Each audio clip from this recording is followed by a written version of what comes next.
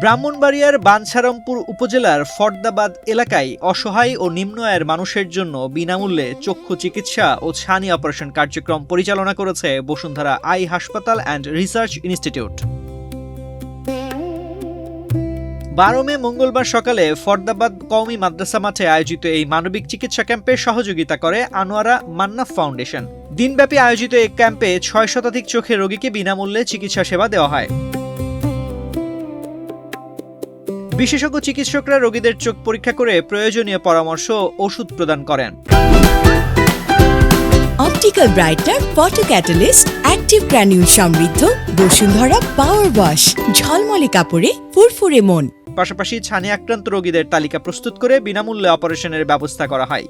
স্থানীয়দের ভাষ্য, গ্রামাঞ্চলে এ ধরনের বিশেষায়িত চক্ষু চিকিৎসা সেবা খুবই প্রয়োজনীয় এবং বসুন্ধরা আই হাসপাতালের এই উদ্যোগ সাধারণ মানুষের জন্য আশীর্বাদ হয়ে এসেছে। আয়োজকরা জানান, দেশের প্রত্যন্ত অঞ্চলের মানুষের দোরগোড়ায় আধুনিক চিকিৎসা সেবা পৌঁছে দিতেই এই উদ্যোগ নেওয়া হয়েছে। ভবিষ্যতেও বসুন্ধরা আই হাসপাতাল অ্যান্ড রিসার্চ ইনস্টিটিউট মানবিক ও জনকল্যাণমূলক কার্যক্রম অব্যাহত রাখবে।